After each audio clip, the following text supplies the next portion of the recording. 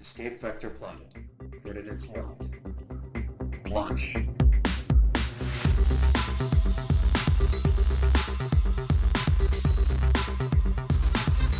Welcome, dear listeners, to the Escape Vector podcast. This is part one of an actual play for the Cloud Empress Ecological Science Fantasy RPG. And it just so happens that we have Watt, the creator of the Cloud Empress RPG, as a special guest game master. Please enjoy the Escape Vector podcast presents Cloud Empress, Funeral Fit for an Anti-Saint. Welcome, everyone, to the Escape Vector podcast. Today, we're joined by Watt, the creator of the Cloud Empress Ecological Science Fantasy role-playing game. Hey! And we are extremely lucky for Watt to be running this session for us. Pre-apologies to Watt. I'm ready. I'm pumped. For this session, I will be taking a back seat, but along with me are some of my favorite players in the world. We have first Dakota Burgin. Woo! And Kaitlyn Meloche. Hello. The two of them together are 2/3 of the Came to Play podcast, which apparently is a feral cat cafe of a video game podcast. Oh. It's a video game required reading list, and it's a podcast for the way you play. We'll fix it in post. Keep it, it's perfect. And last but not least, one of my best friends, who goes by Anderwhy. Really nice to be here. Nice to see everybody. Nice to be in this sesh. Amazing. Thank you. So, how's everyone feeling? Are we feeling ready to jump in? What? How are you feeling? Let's do it. Let's do it. I got my dice tray. I got my player's aid. Does everybody see the file that Watt shared? Yep. Great. I have already noted the bathroom. Nice. That's a good survival skill. There's an outhouse and a bathroom. Wow. Wow. Choices. These people poo. Yeah. Oh, okay. We will have the same energy. Excellent. Damn, girl, what that thing do? You poop with that thing? Oh no, Dakota. Let's get this going. So, please, Watt, take it away. Welcome, everybody. We will be playing an adventure called Funeral for the Anti-Saint, which is sort of a murder mystery adjacent standalone adventure that'll be included in the upcoming Kickstarter, launching April 2nd, 2024. It takes place on a new biome that'll be part of that expansion called the Land of the Dead, which is one of the cloud cities has fallen and created a massive crater zone in the landscape. And so this is a ash wasteland, desolate and full of nasty stuff. This is sort of on the border of it. There is a strange house that we'll talk a little bit about, but you all are traveling into the Deadlands, and as you're traveling, on your mind is this startling news. The Anti-Saint has been murdered by cloudlings. People are up in arms. The Order of the Broken Bread, a farmerling militia group, has started to rally people to their cause and starting to incite violence against lordlings and their cloudling armies, because the Anti-Saint is a folk hero. They are the sort of grand wizard, grand magician of all of the lowland wastes. They travel along helping people in need without any need for payment or compensation for that. So the Anti-Saint, named Genevieve, was much beloved and much powerful, but apparently has now been murdered, announced by her brother. And so folks set to grieving, and there is an effort to name the next Anti-Saint that'll be happening somewhere in the world with her closest kin. So those are the sort of context pieces you know about that. You all are trudging your way through this ashen wasteland. The wind whips across your face. It's sort of this soot, chalky, metallic taste full of harmful chemicals from the explosion of this massive city, but also this the chalk engines that were in this city, keeping it afloat through some sort of magnetic force. There's a lot of chalk in the air as well. As you're traveling maybe half a day, you notice that a large brood of imago, the giant cicada in the world of Cloud Empress, have started to swarm up and are creating almost like a vortex in the air, and you start to notice how horrifying this is. When you normally see this, or when travelers see this, they know that they're in incredible danger, because normally imago have their own rules for doing things. They're not necessarily hunting humans, but in this case, they can become so agitated that they become violent quite quickly. And these appear to be hundreds, if not thousands, of full-grown imago spinning, whirling, with rage in their eyes, and this horrendous drone overhead. You all see in the very distance what looks like a house, maybe 18th or 19th century, 20th century homes, something way out of time for where we are in Cloud Empress, which is in the far, far future. You see this house and these warm, inviting lights, and potentially might consider this a place of refuge in this great storm. So, what are you all doing as you're traveling, as you're seeing this house? My character wears red silk robes and is pulling them around their head because of the dusty, chalky clouds that are blowing across the landscape from the fallen city. And what's your character's name, Dakota? Yeah, my character is a Sellsword named One Shot Rose, a very, very young figure, only 19 years old. They carry a chipped saber and red silk robes, and the last thing they were doing before they paired up with this ragtag group was busking in the city with sword tricks, busking for pack squab eggs. So you have some experience being a vagabond and being in potentially dire straits around food and shelter, I would imagine. Yeah, very much so. And Rose also wears a cowboy hat, as I feel like is necessary for Cloud Empress characters at this point. You won't give up the cowboy hat. I couldn't do it. I just made a different cowboy character. And who is Rose traveling with? So my name is Griffin. I am a full-grown sellsword. I'm wearing what you might describe as like a sanguine robe, maybe like a blood-colored silk robe. You could call it red, but sanguine might be a little more appropriate. I have a saber with a gash on the side. You could call it a chip, but I think like a little gash is maybe more appropriate. A bit of backstory for Griffin. His mother passed away at childbirth. Really jumping into it, the heavy themes. He's a heavier soul. His father was a famous hunter in his town who had a lot of renown. But with that came his sort of distance. He was constantly gone. He was gone for 2-3 weeks at a time sometimes on this great hunt. Sometimes at the longest, he'd be gone for a year. So Griffin, with that experience, became quite self-sufficient. He does odd jobs to stay alive between doing hunts for himself because his father taught him a few things, how to handle a sword, how to track animals, but he also does odd jobs too. And he found himself also, I guess there was this big busker fest perhaps happening because he was also busking in a popular market square for pack squab eggs, which was the last thing he was doing. And he finds himself with this group, with this ragtag crew. And he almost gives a competitive look to his companion because they might be competing for tips, but he doesn't say anything.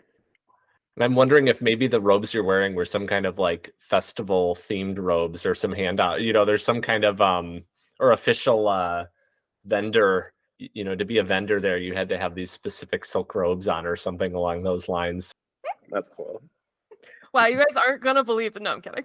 Yeah, do we have any more sellswords? So should we get that out of the way? Oops, all sellswords. No, I am not a sellsword. So standing on the side of the road is a teenage girl.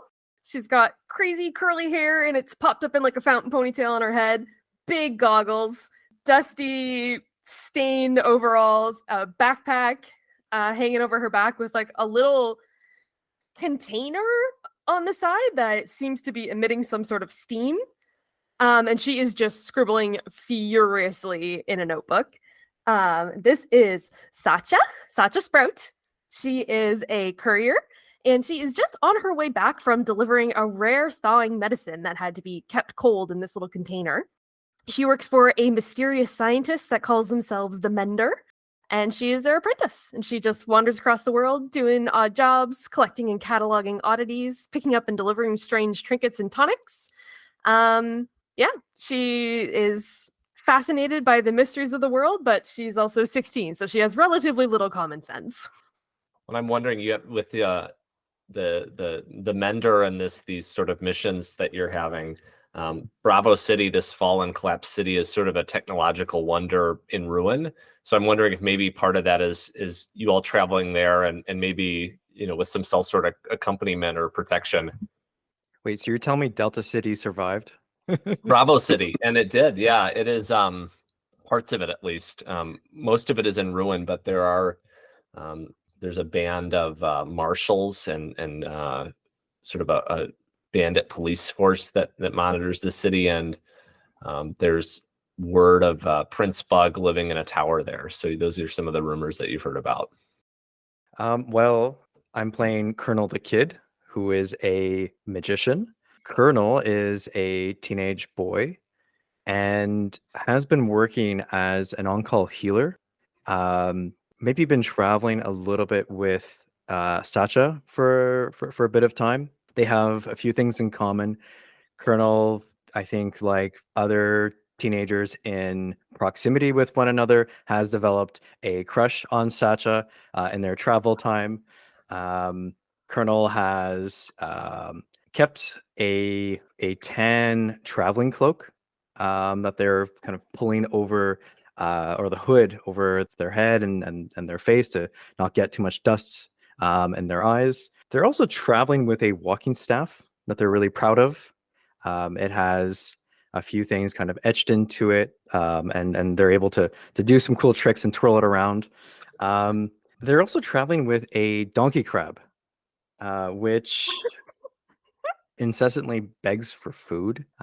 So I wanted to check what your idea of a donkey crab. Is that a crab-sized donkey or a donkey-sized crab? Is it a hybrid creature? Most of the animals are hybrids, so it is a four-legged combination of donkey and crab, and I think the combination varies from individual to individual. So there's some genetic mix-ups that are sort of happening in the world of Cloud Empress. So you get to imagine how much donkey and how much crab it is. Okay, it has crab pincers, crab claws, and donkey head, and actually donkey legs. So maybe, you know what? It has almost everything about it is donkey, but then it also has extra claws protruding Just on the front. Yeah. I love this. I feel like Sacha is standing next to it, and in her arms she's holding just like what looks like a really ugly squash with a human face on it, and just sort of like yanking it away from the donkey crab, like, no. The donkey crab wants to eat that squash so bad. Bud, quit it. Buddy, quit it. Now, there's another teenager too now, Rose, right? In your party. Was it Griffin? You're a little bit older, but Rose, you're a teenager. Am I I correct? think we're all teenagers. Oh, you're a except- teenager too? Okay. Yeah. I'm kind of signed Sorry, out is this thinking the I'm on Breakfast Club? babysitting duty. Yeah. The wind whips up the Imago drone, and you see a light in the distance. Well, that looks like shelter to me. Told Rose. Might be we can find refuge there from all these Imago and this dust storm. Griffin kind of pops up and with his experience and age realizes it might be smart if we suss out the situation first before immediately running there for shelter. Griffin, you're old and wise. What do you think? I think it might be a good idea. I think we have been walking for a little while. I think it'd be nice if we can take a rest and have Crab Donkey eat a bite or two before he drives us all loopy. So yeah, I advise us to. We slowly approach, I suppose, the structure that we see in the distance. Not Sacha. Sacha's standing by the side of the road, staring into the Imago vortex, just jotting things in the journal. Like, I wonder, is it 6 turns? Maybe it's 4. Like just staring, jotting, staring, jotting. And Kernel is standing next to Sacha and has his hand on his chin and is just pretending to ponder deeply about the swirling cloud or cyclone of Imago, thinking out loud, what does it all mean? Griffin pops up and says, it means that we're all going to be Imago food if we don't get out of here and start thinking about a place to maybe stay for a bit. I'm going to be the responsible adult.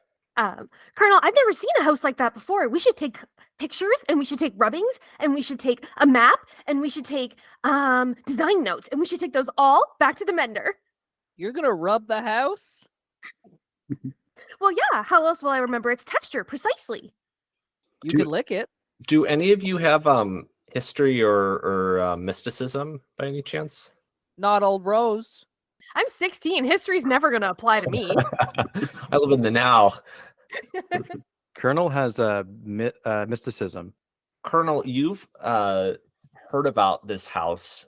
You don't know its full history because you don't have that skill, but you've heard about the house in that it is a slippery space. So it is a space that time moves differently, realities intersect, and you've actually heard that the house moves, that it's appeared in different places, and you feel an intense magical energy coming from it based on your mystic sense of those things. And you know that there are some magical murmurings about this place being pretty strange. And you also know, based on your mysticism, that this was the one-time home or former residence of the now deceased anti-saint Genevieve. Wow, you won't believe this, Sacha. What? This place was once the home of the anti-saint. Genevieve. And also, look, and he takes out his slip-resistant compass, which is very handy in this case, and inspects it and says, yes, the slipperiness is off the charts here. But don't worry, I have my trusty compass. Sacha takes it out of his hand, turns it around, watches the arrow for a bit, and goes, Don't drop it. How mad would you be if I took this apart? Just to learn how it works. I'll put it back together, probably. As long as we stay together. Then she just walks away up towards the house, just kind of flipping the compass around in her hand. Ooh. Old Rose doesn't know anything about any saints, empty or not, but I do like a house in a storm. Sacha, coming closer to the house, you start to hear yelling inside. It's muffled at first, but you hear some voices sort of shouting. You're maybe 5 or 6 feet away. I want to sneak around to one of the windows to see if I can see into the house. Why don't you make a speed check? All right. She is not that speedy a gal. That is an 18. And that's probably a success, right? What's your okay. So how do you make it on? There's like a little wooden plank deck, like one of those little lounge decks. So how do you make it over the deck and up the stairs and to the window, like sneaky like? So definitely a false start where she tries to crawl up the stairs with her incredibly bulky backpack with a bunch of shit hanging off of it. And it's like, oh, that makes too much noise. And kind of puts the backpack runs back to Kernel on the road, drops the backpack at his feet, runs back to the door. And then she has skill in acrobatics. So she's kind of just like crawling around windows, pressing herself against doors, just full on Scooby-Doo sneaking over to the window. And she is going to kind of just poke her little eyes over the window frame. And she has very, very wide eyes. Poke her eyes over the window frame and just see what she can see inside. Sacha sees a very strange house. Maybe something you've seen in like ancient pictograms and engravings and something along those lines. But it's a quaint little thing. It's got draperies. It's got doilies. It's got a crushed velvet couch, from what you can tell in the flickering oil lantern light from inside. And you see 3 figures, somewhat cast in shadows, discussing something in the entryway near the main door to the building. And one of them, who's wearing this sort of cracked battle armor, is the person yelling and says, "This is taking forever, Luffy. I have a war to win," and sort of is stomping around in an angry manner. I think Sacha sits under the window frame, like so you can't see her, and just sort of like she's gesturing frantically for them to come under the window with her. Okay, Rose, without hesitating, joins her like as quickly as possible, very dramatically, and is like also pressed against the side of the house, taking this very seriously, but also is a child. Scooby-Doo ass campaign this is about to be. Because I made Sacha do it, you're also going to have to roll a speed check. And do you have any? Your agility or your acrobatics would have given you advantage too, Sacha. But do you have any sort of athletic or acrobatic skills, Rose? I got animal handling, and Rose is kind of an animal. You could ride the donkey. Ride the donkey over. Really stealthily ride the donkey crab. No, I'll just make the check. I got pretty shit stats in general, but see how this goes. Ooh, absolutely failed so badly. Oh no. Did you get match? Were your die matching though? No. Okay, so that not a critical fail, but a bad fail. It sounds like. Yeah. I rolled more than double my skill. How do you mess up and make a bunch of noise? I don't really have a lot of things, so it's definitely not my like possessions that are rattling or making noise. I think Rose is in their eagerness, just like runs and drops to a slide to avoid being seen, and then just like fucking skids into the wall and like ka-thunk against like, and the window shakes. Can I suggest that you slide right into Sacha's discarded backpack and make all that noise as you head out of the window? Rose is like, nailed it. When you hit the backpack, Sacha flinches. Can Kernel simultaneously try to impress Sacha? So maybe as... Oh, you're also going to do something. Yeah. And Rose, take a stress, by the way, for the fail. How are you going to show off, Kernel? Kernel is going to leave the donkey crab behind and is going to try to slink and then maybe even do like a bit of a tumble, like a combat roll to get over to the wall. Why don't you also roll a speed check? Normally, I don't make people roll this many checks, but you all are trying to be daring. 6 under 30. Oh man, that's a good. Yeah, that's low. So you do this amazing roll. In contrast, it sounds like at a pretty similar moment as Rose is slamming into the side of the building. Bad news. Sacha does not see. She's staring back at the road where you left the crab donkey, going, "It's okay, baby. We'll be back. We'll be back. Be good." The inside of the house quickly silences, and the figure wearing the battle armor can be seen through the glass of the door and begins to open the door. Griffin, what are you doing? So seeing like the whole spectacle that's happening before him, at once he's like very nervous, realizes he's on babysitting duty, but then there's a sort of wave of warming comfort to see the sort of displays of youth that's kind of charming. One's trying to impress the other, one's being so playful, but he does sigh and he quickly approaches. He has some skill in hunting, so he kind of stalks his way over, even though there's already been a commotion that's been made, and tries to quickly advance to the kids and shift us out of the eyesight of the person potentially opening this door. Yeah, I think you can get out of sight. Although the figure opens the door abruptly, they are holding a military rifle. They start to point it out. "Who's there?" And they immediately turn sort of next to the windows and have you all sort of under the... Maybe not Griffin, maybe you're on the other side or you're sort of hidden in the darkness, but the rest of you are sort of under the bead of this rifle sight. So because a weapon's out, you all will take 1 stress for that. So we're clearly spotted. Yes. Yeah. So in answer to his question of who's there, One Shot Rose replies, "No one."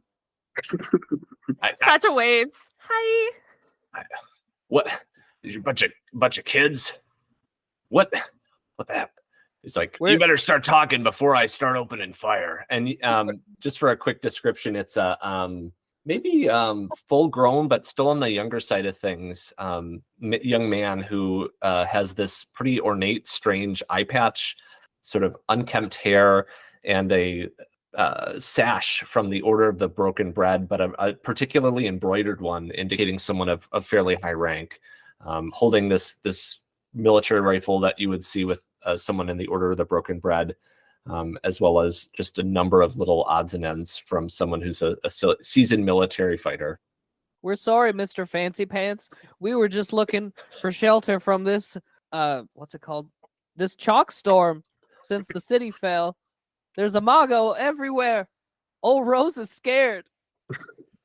Sacha just kind of turns and points, like, look! Points him over to the vortex. Griffin catches his composure and tries to step forward and says something before he thinks his kids are maybe going to get us killed.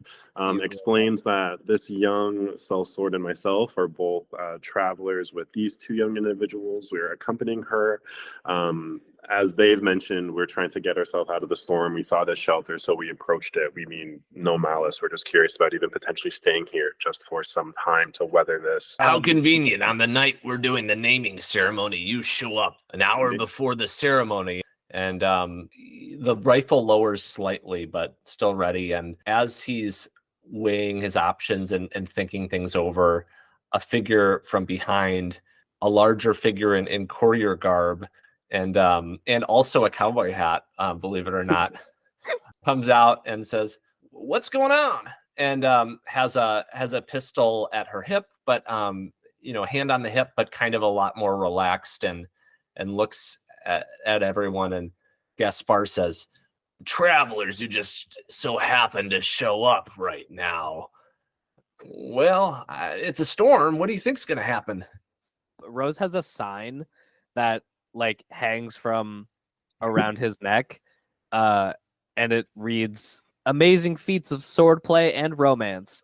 And Rose just points to it, silent, no further words, nothing else. Swordplay and romance. How do you figure those go together, Gaspar? And with the mention of the name, you do know that Gaspar the Hungry is one of the, for folks who spent time in the bread basket, one of the sort of top 5 people within the Order of the Broken Bread, and also the Anti-Saint's brother. We can't take any risks around cloudling spies. Sacha looks up at Gaspar and goes, "Whoa, you're Gaspar? My mother met you once, and she said that you were the most handsome man that she had ever met. My father did not care for that, but she had a picture from one of the local artists, and she's just going and going and going and going and going and going and going and going." And Gaspar kind of puffs up a little bit and is like, "Well, say, no, wait." And Gaspar pulls out a single stick of chalk, crumbles it in his hand, and then starts to rub it on the eye patch, which also has its sort of chitin armor that has an eye on it, but it's also an eye patch. So he's rubbing that on, and it starts to faintly glow. And Gaspar sort of looks at you one by one, back and forth. "Don't move." Sacha freezes, and she was halfway through getting her notebook out. And she's got her pen in her hand, and she's starting to draw whatever he's doing. And she's like, "Oh, okay." "Ah, hell, Nebraska, they're telling the truth.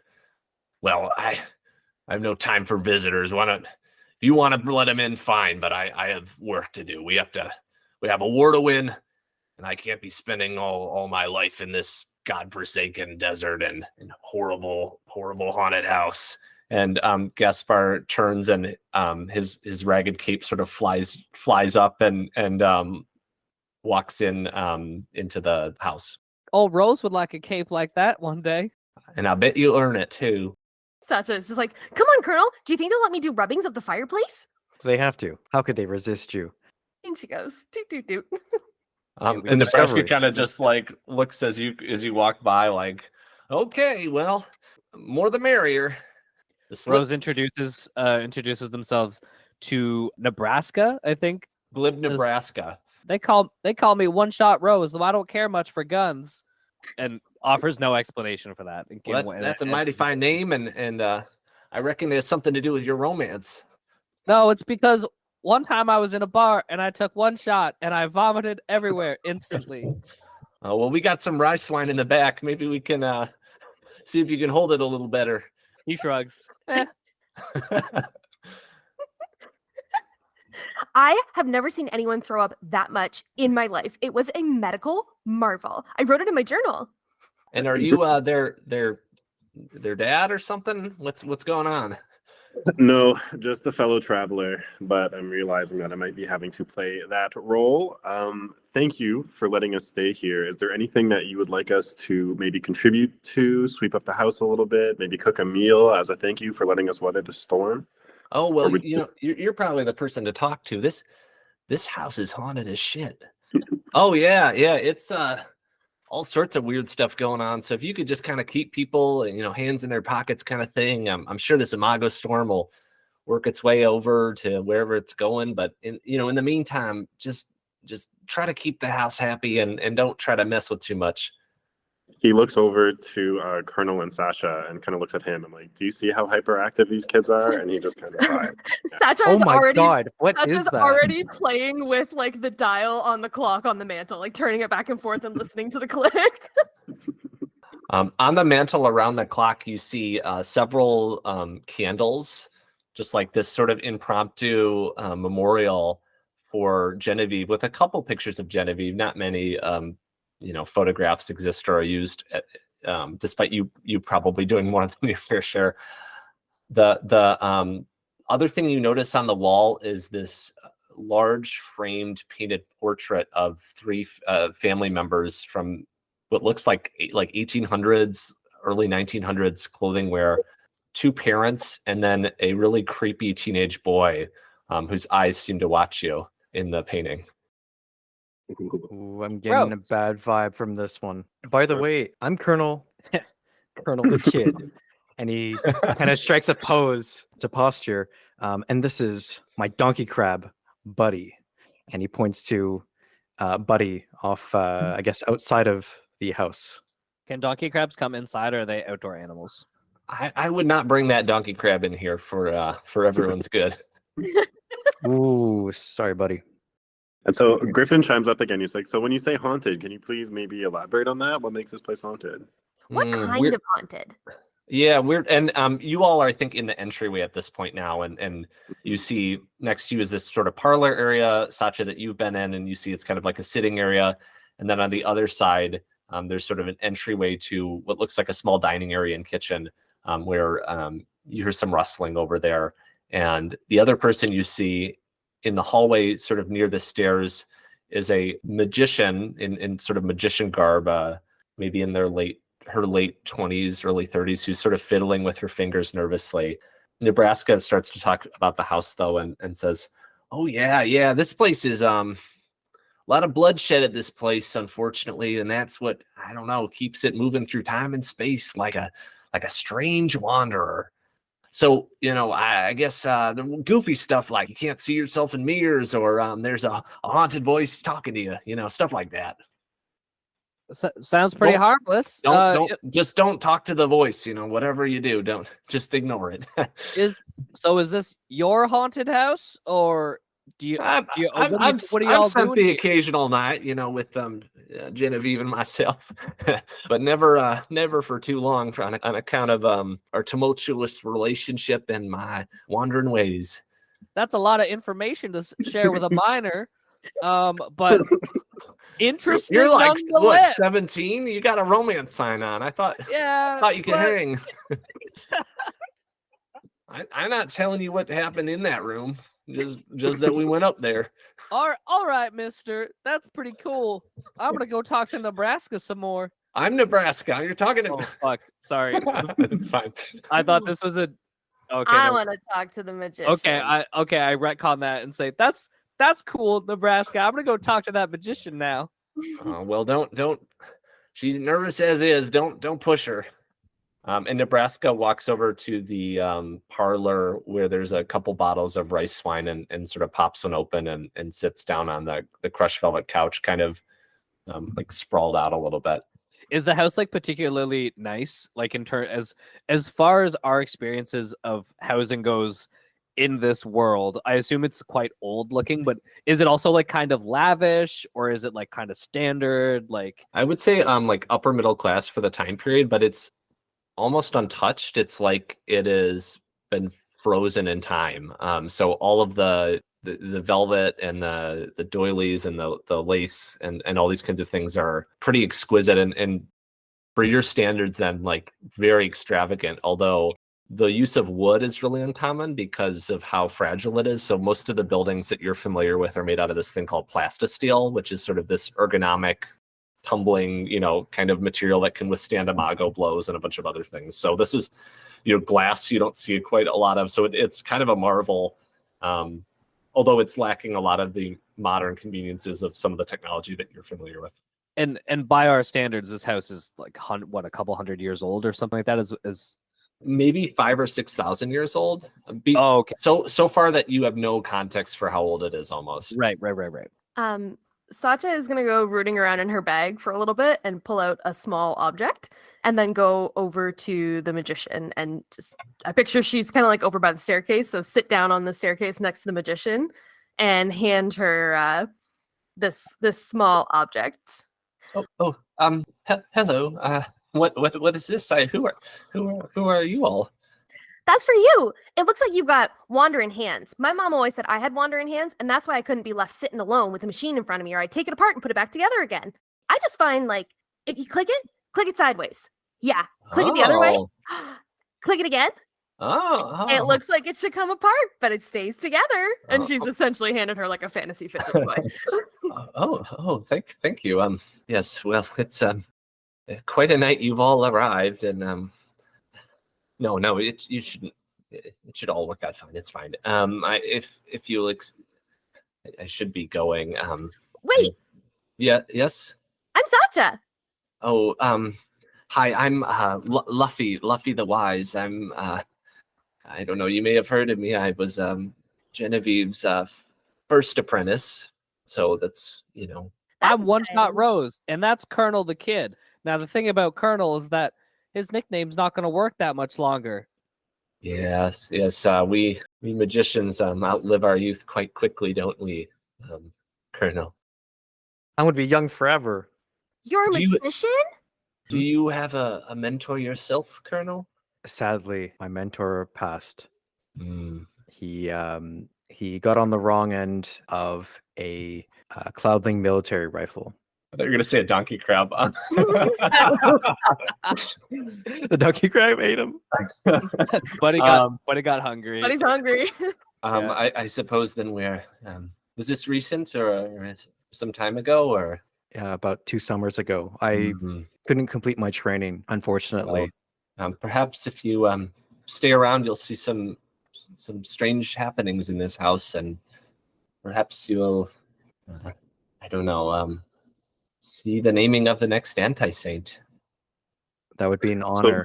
Luffy, seeing as I lost my mentor and I haven't completed my training, I wanted to know from a more experienced magician to myself as a youngling, are there any lessons or any spells or rituals you might be able to impart and pass on to this new generation of magicians? Luffy looks around for a second and pulls you aside, pulls you deeper into the hallway and kind of turns shoulders away so that your companions don't hear you. If tonight goes according to plan, I will be the next anti-saint, and perhaps you will discover a number of wondrous things, but even in the doings, you may uncover ancient magics, both profound and wise. But I am ashamed to say I'm in need of some help bringing these phenomenon and wonders to fruition. I simply can't do so much work on my own before the ceremony. Would you be interested in embarking on a spell that's not been cast for some 200 years? Yes, please. Oh, good. With my hands shaking and my nerves are what they are, I don't know if I would have the courage to attempt such a spell on my own. So I'm in good company. Oh, good. Okay. I will start getting the preparations. Meet me in Genevieve's room in 5 minutes. And Luffy like confidently bounds up the stairs and into the second floor. And you hear a door slam shut. Rose turns to Griffin and Kernel and says, "What should we do? They're doing magic. You want to do some sword tricks, Griffin?" I mean, we can certainly bedazzle with our sword tricks. I look at your wooden sign, and I like tap the wooden sign that I have in the back of my penguin robe, and it's like, maybe it's not time for me to show that off now. My first, I kind of wanted to approach Nebraska, who pulled out the rice wine, and maybe have a glass with him and ask a few questions. I also noticed Kernel the Kid getting very excited to run upstairs, and I get nervous about that. But if it's possible, I'd like to just ask something to Nebraska. As you're walking, picture in the background, you can hear Sacha just like, "I'm not allowed to handle knives anymore on account of the incident." Nebraska has popped a bottle and is pouring a couple glasses and almost instinctively like hands it back to you and as you take it. Nice. I take it. I look at One Shot and I say, "Hey, One Shot, want to redeem yourself? Maybe call yourself Two Shot Rose." Do you shoot wine or do you just drink it very slow like? Teach me, Griffin. Guess it depends on the context. You know what? It's not for me to corrupt you. Nebraska, when we walked in, maybe it's none of our business, but I heard something about a naming ceremony. Can you explain what that is, please? Oh, yeah. Not it doesn't happen all that often, but from what Luffy tells us, when an anti-saint dies and doesn't name a follow-up, and next in line, her or their closest kin come together to find a suitable replacement. And that's what we're here to do tonight, although I wonder how much consensus we'll have with the way Gaspar's been acting. How is a replacement determined?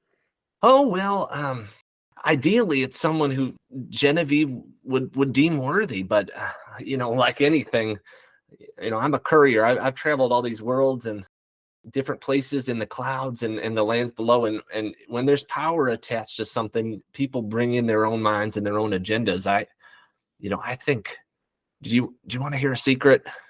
I'm not good at keeping them, but I am good at telling them. Sacha has shot across the room at the mention of "Do you want to hear a secret?" She's standing there, journal open, and like almost as if like some body reflex, Nebraska starts pouring another one and like hands it back to you.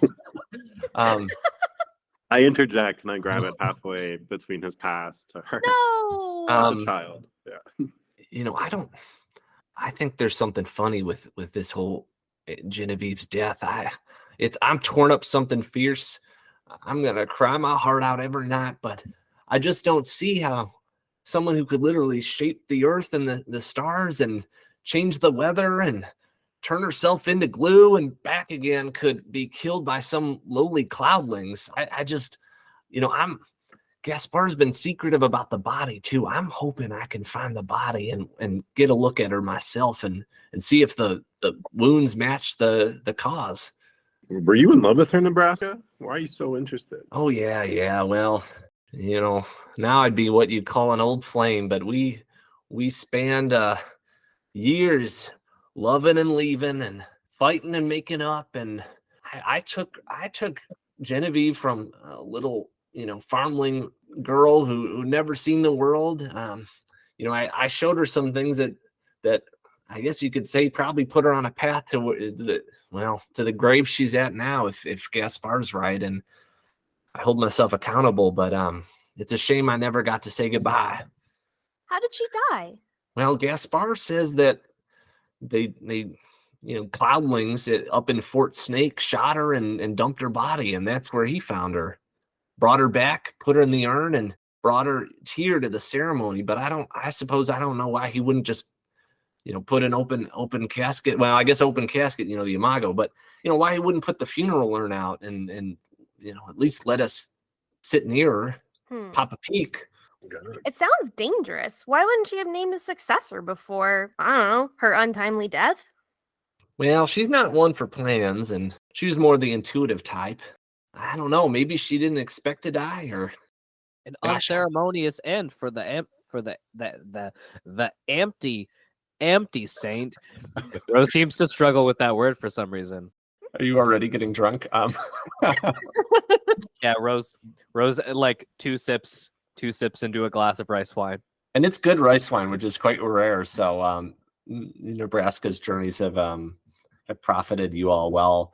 Yeah, I just want to get to the truth of it. But Gaspar, he knows I'm onto something. He won't let me near. And whenever I start looking around, he starts following me. That Gaspar seems awfully violent and very egotistical, says Rose, in like a really uncharacteristic like showing of insight. Yeah, well, Huh. he's done some good too. I mean, count how many kids wouldn't have moms and moms wouldn't have kids if it weren't for him. But I think it's made him cold. Griffin asked Nebraska, did Geneva say anything to you before she passed away that kind of made you perk up to obviously this being really suspicious? Did she have any idea that something might be going on too? Last I heard, people told me I wasn't there, but she went to go parlay with the Cloudlings at Fort Snake, and that's the last they heard of her. That was months ago, though. Now, Gaspar, I guess, says they killed her. Question: how far away is Fort Snake? Would we know that? Yes, it is maybe 30 miles, 40 miles. Okay, so not like a crazy distance. Like to 7 transport a hexes body. away, 6 or 7 Yeah. hexes. Okay. Which is like 70 kilometers, I think, for our Canadian listeners. Oh, I'm sorry. Yeah, everything's A mile is 1.6 kilometers. So I'm a real Yeah. Canadian. I measure things by hours. it would be 2 or 3 days travel Okay. on foot. and what this is an out of character, like bit of a history check first. Mhm.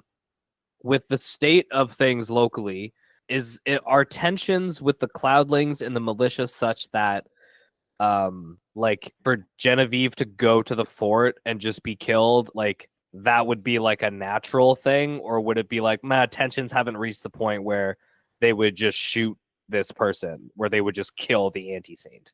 Right now, at least how our story is developing, the Order of the Broken Bread is an underground guerrilla faction.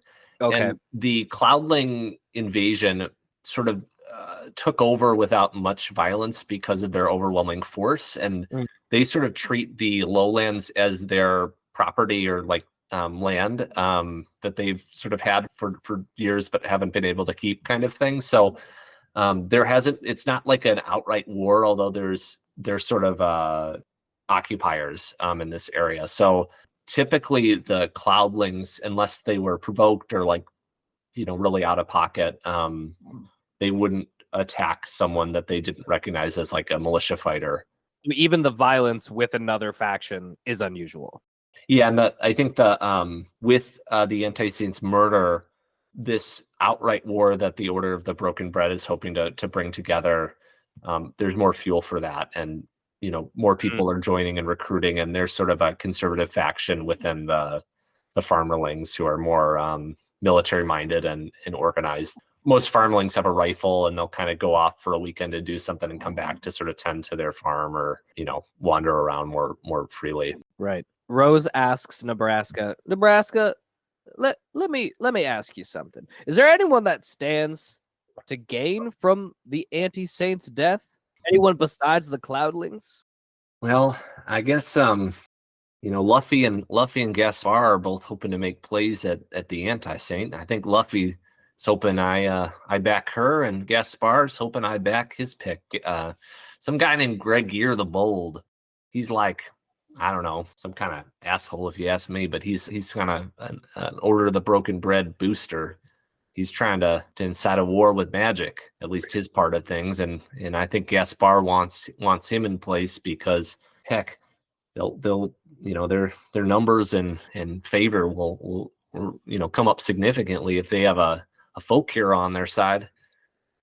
Is he here? Griffin? Yeah. No, he's over in Tacktown or traveling. He's not that close with Gaspar, but I think he might pay him back if he got picked.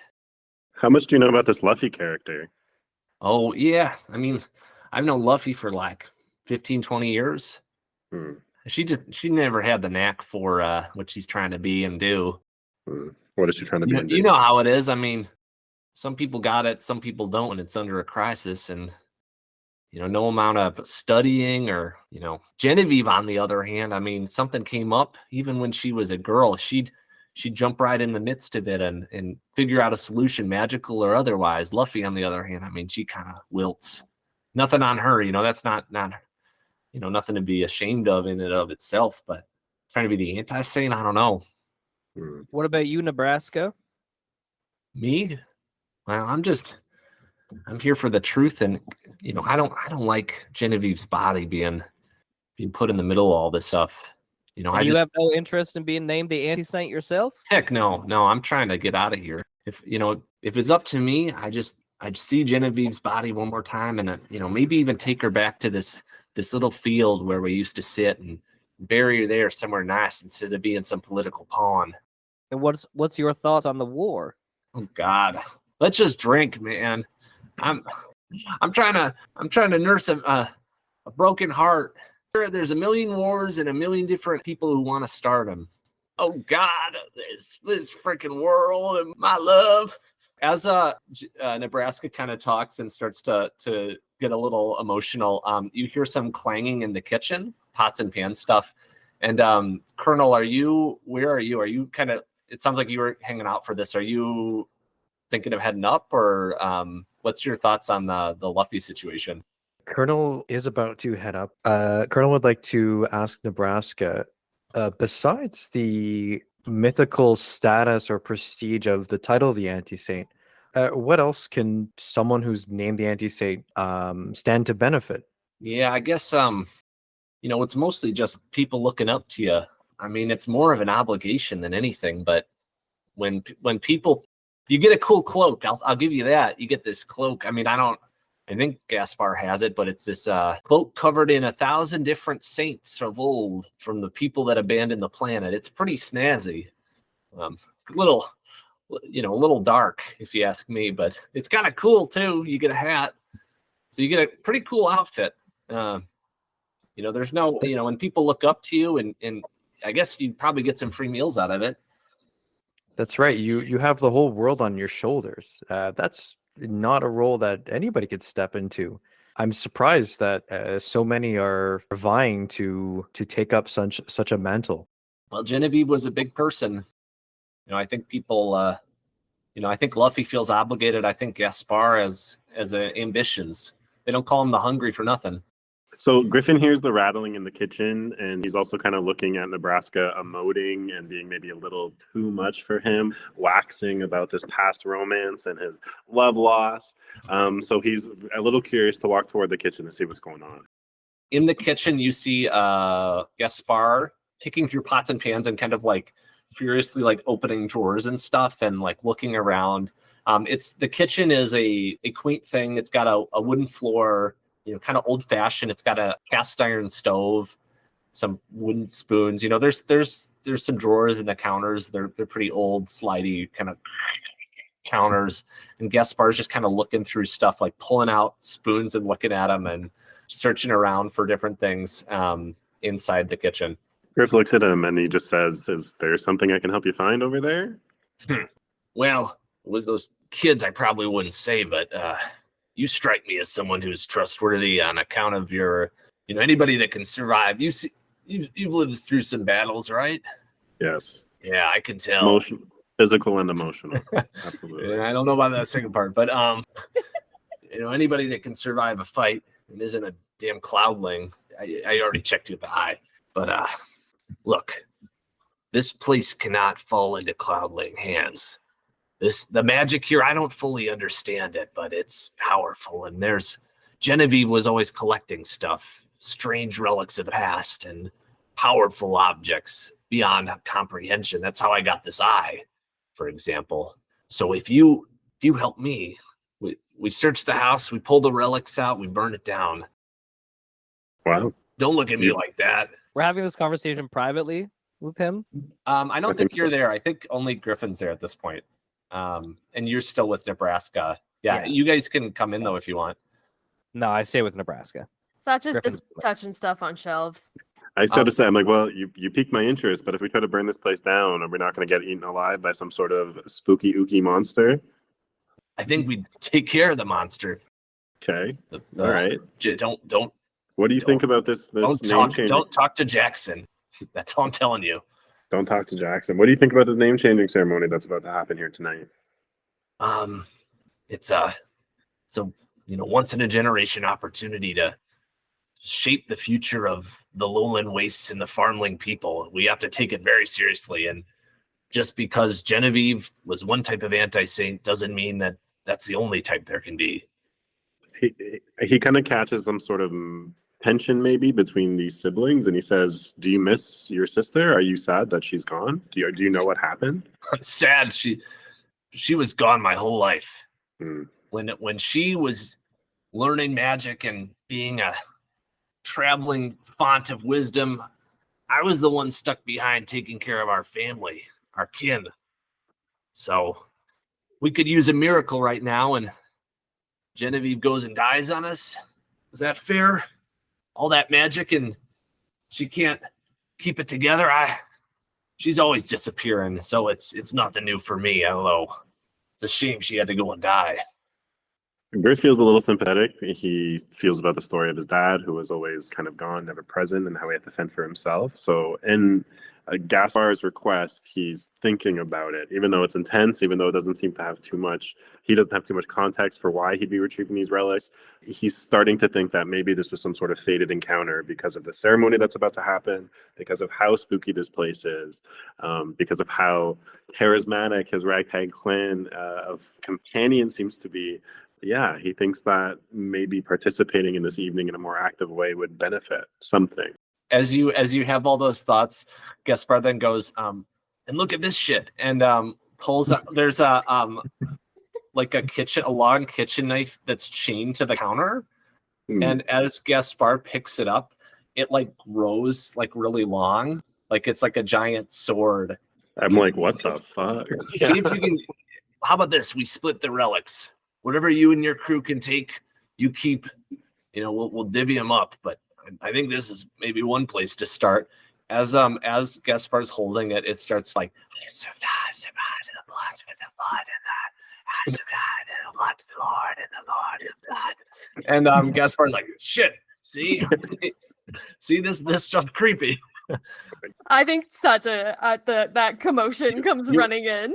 Before you leave though, Sacha, when you were looking at stuff on the mantelpiece, there was a string of keys, like skeleton keys, and each was a different metal. There were some metals that you couldn't even identify. There's 6. Some you could identify like gold, copper, silver, but there were other metals there that you might have. You're just like, I don't really know what this is.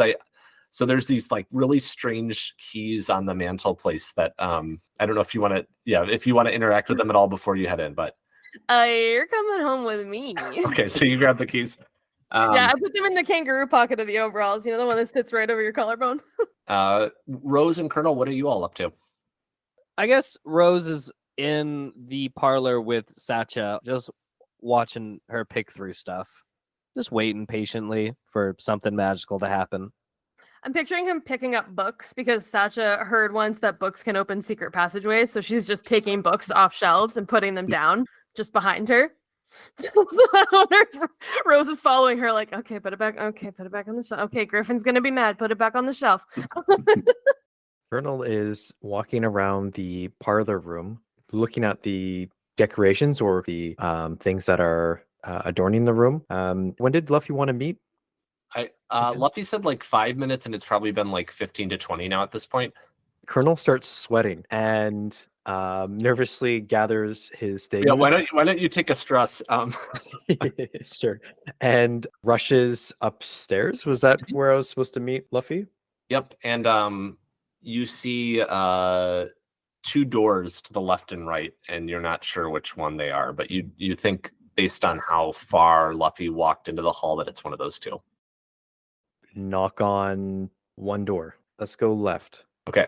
So you knock on the door, and almost as soon as your hand touches the door, it like pops open, and it's Luffy, who's like looks like about to cry, like, I thought you weren't gonna come. You told me we had a plan. You said you were going to come, and I thank the anti-saint you're here. Colonel's twiddling his thumbs and apologizes for being late. Luffy like pulls you in and like shuts the door. Inside the room, you're quite surprised because there's a giant tree that sort of encompasses almost the whole room, and it actually pierces through the like top of the ceiling, and sort of you can see slivers of sky through the ceiling based on how large this tree is. And the tree has melded in such a way that it's made almost like a bedroom set. So there's like a bed with a sheet on it from like a branch of the tree kind of being splayed out, and you can tell that this is a master magician's work, Genevieve's work, to make this sort of entire room out of this beautiful, usable room. There's a desk, there's like a coat hook with a really fancy looking, gaudy looking shawl or cloak on the hook. There's a desk, and then on the other walls there's sort of elaborate writing in a coded language. And then in the center, Luffy has like a bucket of chalk. Colonel is awestruck. Colonel will also look at the writing or the etching and ask Luffy, may I? Yes, I don't know if we have time though. I certainly haven't been able to crack it, but if you want to take a look.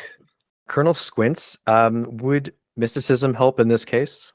I don't think there's a way that you'd be able. I'm trying to think if there's like a clever way that you could try to decipher this, but I don't know if it's possible with the time that you have, unless there's something daring you could do. I'm trying to think of a way that you could do a skill check for this, but I don't know if I can think of. What about a small portion of it?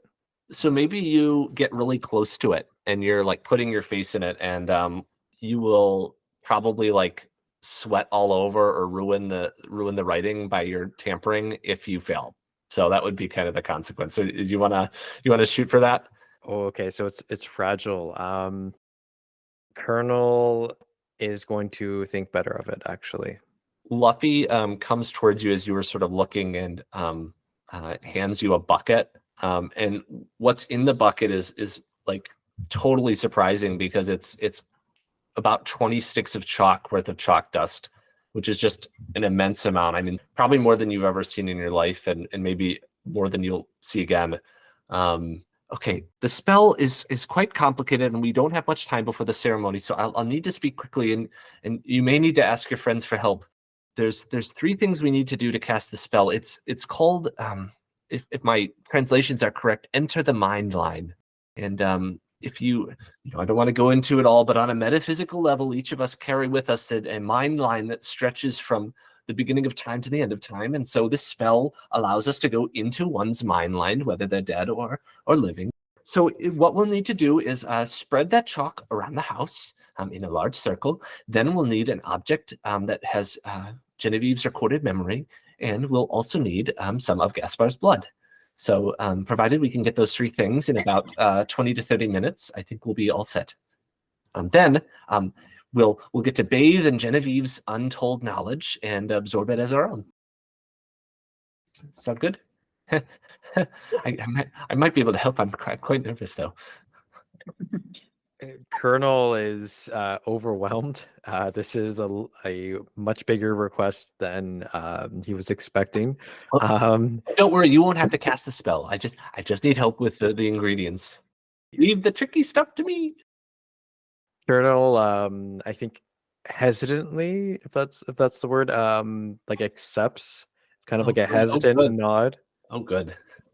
I think at this point Sacha has come up the stairs, because if there's strange magic afoot, she wants to see what's going on. So she just walks right up to that door and knocks. Oh, maybe this is fate knocking. Luffy opens the door. Out you go.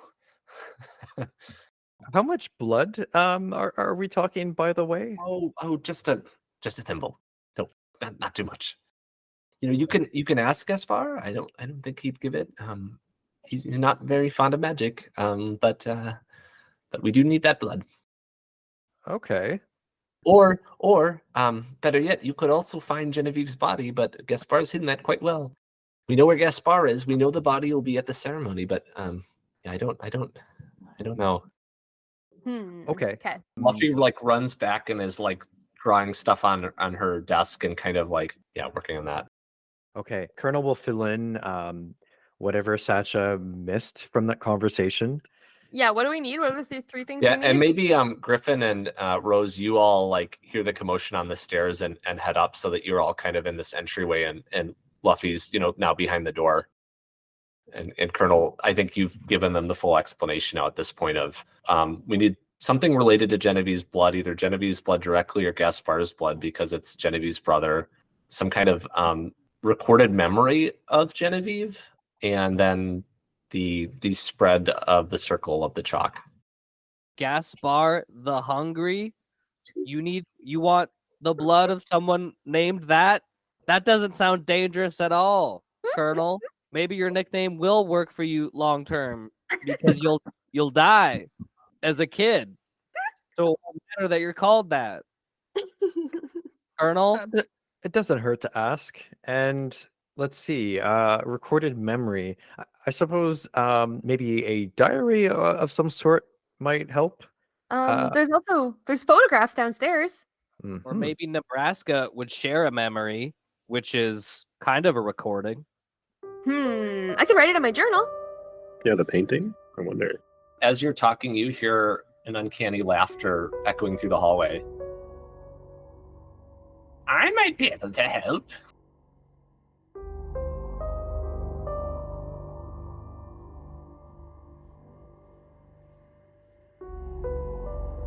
Whose voice is that? Will Luffy's ritual be completed in time? Who will Griffin, Rose, Sacha, and Colonel ultimately side with? What is the truth behind the Anti-Saint's death? Find out during the grisly finale of the Escape Vector Podcast presents Funeral Fit for the Anti-Saint.